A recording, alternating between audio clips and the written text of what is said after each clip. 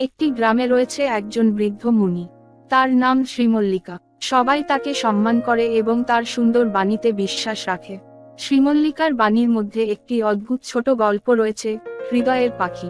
একদিন একটি ছোট্ট ছেলে নাম অনিকেত, যিনি শ্রীমল্লিকার শিষ্য, প্রশ্ন করলেন, গুরুদেব, আপনি বলেন যে মানুষের হৃদয়ে একটি পাখি আছে, এটা কেন এতটাই মুখ্য? শ্রীমল্লিকা উত্তর দিলেন, পাখির সাথে মানুষের সম্পর্ক মানুষের সম্পর্কের মতোই। মানুষ যখন ভালোবাসে তখন পাখিও উড়ে যায়, তবে যখন মানুষ দুঃখিত বা অসন্তুষ্ট হয় তখন পাখিও দুঃখিত বা দুঃখিত হয়। তোমার হৃদয়ের পাখি যদি সত্যিই সুখী ও সন্তুষ্ট থাকে তাহলে তুমি যত চাও পাবে। অনিকেত খুশি হয়ে উঠল এবং এই গল্পের মধ্যে অবতীর্ণ হলো। এই গল্পের মধ্যে তার মন বেড়ে উঠল এবং সত্যিকারের হৃদয়ের পাখি খুঁজে পেতে শুরু করলো। যেখানে সুন্দর পাখি রয়েছে সেখানে অসুন্দর পাখিও রয়েছে। এর মধ্যে অসুন্দর পাখিটি হলো অহংকার, ক্রোধ, লোভ, অভাব এবং অমিত্রতা। অনিকেত যাত্রা শুরু করলো হৃদয়ের পাখি খুঁজতে। তার পথে তিনি অসুন্দর পাখিগুলির সঙ্গে মুক্তির যুদ্ধ করলেন। তার সঙ্গে তিনি একজন বুদ্ধিমান বৃদ্ধের মিলন করলেন, যে তাকে সত্যিকারের হৃদয়ের পাখির উপদেশ দিলেন।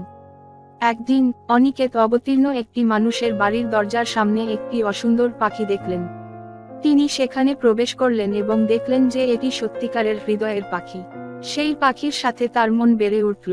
সময়ের সাথে অনিকেত সাম্প্রতিক হৃদয়ের পাখির সাথে সংগ্রাম করতে অবদান রেখেছে এবং তার পাশে থাকতে আগ্রহী হয়েছে।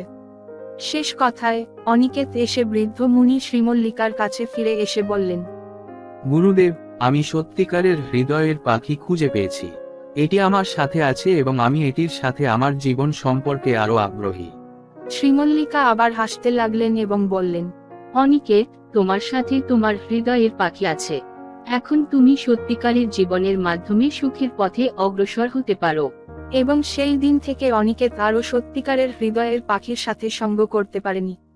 তার জীবন পরিবর্তন হয়ে গেল এবং সে এখন সত্যিকারের শান্তি ও খুশির উপর ভরসা করে। এই গল্প থেকে শিখতে পারি যে আমাদের মনে অনেক বিষয় আছে যা আমরা সত্যিকারের সুখের পথে আমাদের পাখি নিয়ে যাচ্ছি কিনা। সত্যিকারের সুখ ও শান্তির জন্য আমাদের মন প্রতিদিন পাখির দিকে পাঠানো প্রয়োজন।